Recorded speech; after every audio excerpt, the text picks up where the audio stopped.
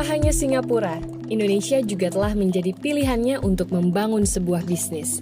Pria yang gemar memasak ini membuat Kukasa Interior Design yang berbasis di Jakarta. Dengan begitu banyaknya kompetitor dalam bidang yang sama, Laurence Howel mengaku tidak takut akan persaingan, hasil karyanya dibuat dengan cinta, dan tidak akan ada yang bisa menyamakannya. Laurence Howel, thank you for coming and join us here. Thank you, Jax, for having me. All right, if you could tell us, please describe yourself with your own words, who Laurence Howel is.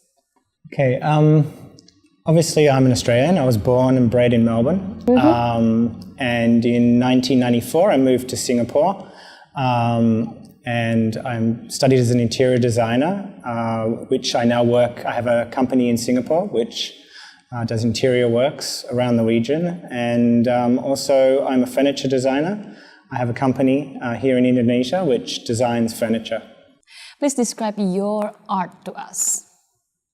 My art by profession, I'm trained as an interior designer. So my art would be the creation of spaces for people to enjoy. I mean, how do you see it? Is that any specific taste of your art? I guess, every designer has their own particular signature or style. I'm not fixed on a particular style. I think it's more about the way I go about the work than creating a particular look and feel. It's about creating spaces that people can enjoy, that are designed to meet the client's needs and their sort of vision. I think it's very important as a designer to tap into what your client's vision is rather than overlaying your own ideals or sort of strict rules onto the clients. Okay, but how did you get the idea of making designs? And where did you get it? All around me. I'm one of the type of people that I'm always looking at things. I'm always whether it's, traveling around the world when you're on holiday and you see interesting, ancient, sculptures or structures that influence your work, or whether it's, I love to read magazines. I still, buy all the design magazines I can, books, internet, obviously these days Instagram, Pinterest are obviously great sources of inspiration. But even the smallest things, whether it be, nature is a great source of inspiration. Colours, the way colours come together. Sometimes in nature you see the most beautiful visions. Whether it's a sunset, flowers, gardens, trees, those sort of things. It really, you can get it from anywhere. And as a designer, what's your idea of originality? Originality is taking a client's vision and creating it unique for them, infusing it with their needs, their requirements, and putting in your own creative energy and talent. Do you consider your design original then? Yes, I do. I think because I focus on tailoring it to each of my clients' needs. I think that's one of the important things as a designer is being able to take a vision and then implement and execute it for your client. Every designer has their own signature, right? And what makes your design unique? What's your signature? My signature would be creating contemporary designs that are sort of tailored to our clients' needs. And it's the way, I think for me, my signature is more about the process I go about in designing something. It's about looking at the various variables that you need to consider in the design process, the way you plan the spaces, the way you select the materials, creating a unique sort of a palette, which is, a lot of my clients say I have a very distinctive palette of colors. I love color. I love to have I have a very sort of grayed out base, which I like to use, but then I also like to infuse that with a lot of color and accents. That's your signature. One of my signatures, but I think when people think of a signature for a designer or an architect, it's usually about a style, or I'm an ultra modernist, or I'm a classicist, or something. I actually enjoy doing all of those things, so I can't hang my hat on any one of them. I like to do all of them, but I think it's more about a process that I undertake that makes the design process my signature. All right. Now you're running a furniture business, Kukasa, right? Can you tell me about that? Kukasa, yes. Okay, Kukasa was an opportunity that came up a couple of years ago. It was a dream of mine for many years to create a furniture business. And it arose here in Indonesia to do production here, and jumped at the chance. The whole concept of Kukasa is to create modern contemporary furniture. We like to call our sort of style modernist. I love mid-century design, the simplicity, but then infused with very luxe materials. So that is sort of where the design for the brand comes from. And it was also about trying to create a European experience for the consumer, but at a more reasonable price point. So that was one of the guiding principles of starting the brand. You're running your business in Asia and Singapore. Why Asia?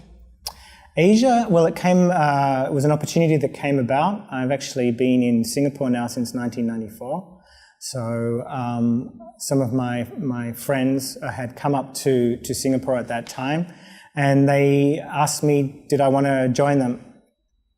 And the rest, I guess, is history, as it were. And my time grew, and I had the opportunity to take on the design business I now run in Singapore.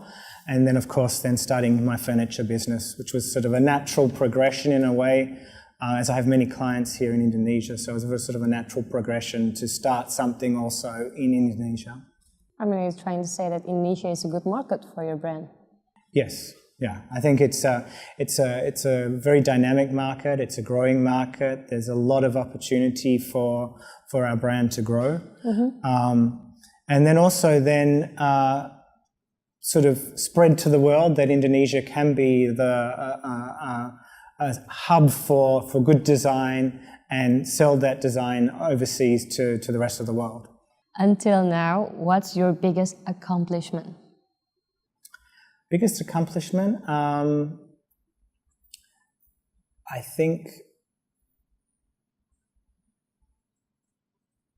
guess starting a brand is probably a huge accomplishment. That was and then also a very challenging task.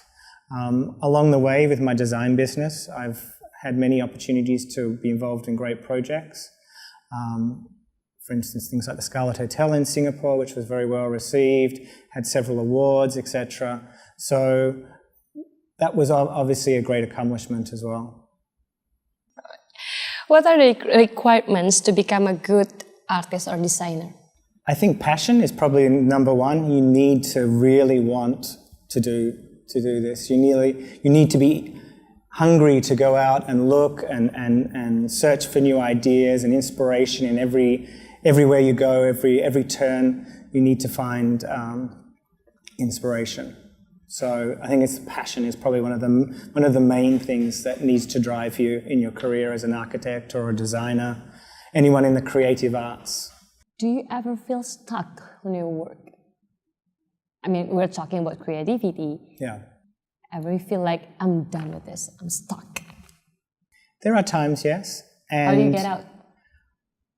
The way that I found the most, that usually whenever you have something that you can't solve, it's because you're usually thinking about it too much. So you need to let your mind clear, and you need to let yourself relax. And that's where, that passion and that will be refreshed, and you usually find the answers when that happens. Okay, what keeps you going every day? I mean, like, what makes you get out of the bed every day and feel happy? I think obviously we're every day is a blessing, so we have to embrace that. But I think challenges, and having the opportunities that I have, I can't not but be thankful for what I have to look forward to every day.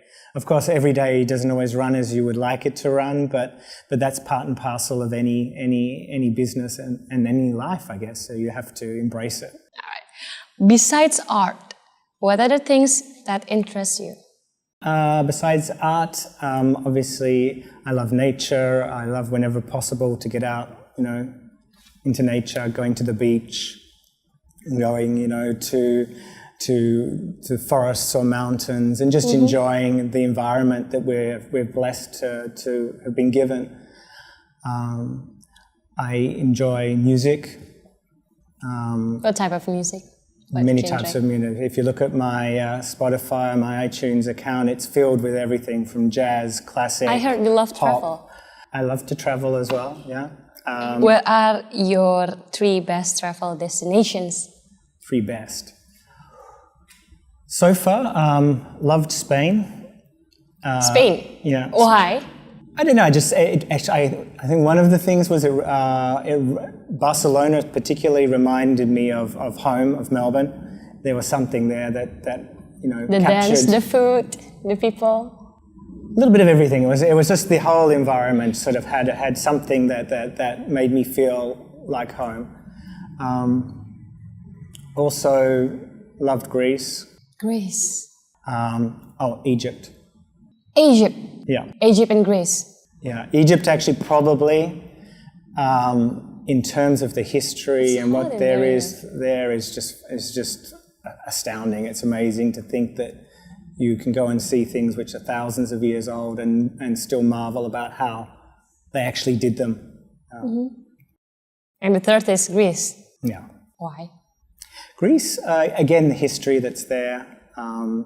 You can see back many thousands of years, and then it has a very rugged beauty, which, if you go to the Greek Isles, is very rugged, very beautiful. The colours are intense and totally amazing. When I was saying earlier about nature and the beauty that you can see, there is one of the most amazing places.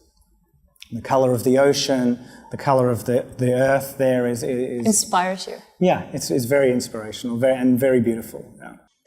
If you are not who you are right now, what will you be?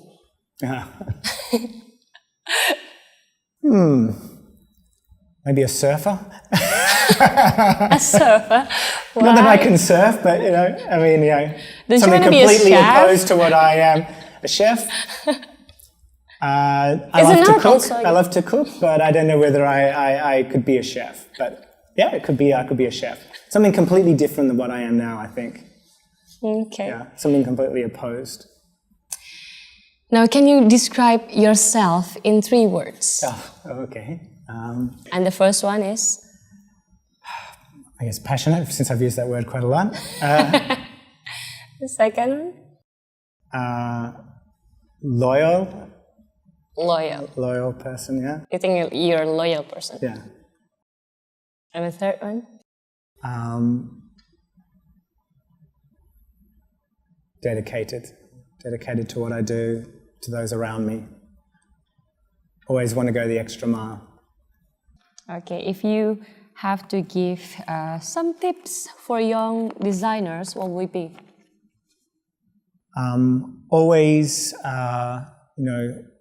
engage in your craft. Be passionate about it. Always look at everything around you and learn from it. We're surrounded by the wonders of the world, whether it's nature or the man-made world, and there's always something to learn, and there's always something to be inspired by. So constantly keep your eyes open, be dedicated, work hard, and you can do it. Okay, since you are a designer, I wouldn't ask you about colors, but I would ask you about, and this is my last question. Okay. If you are an animal, what would it be and why? Animal.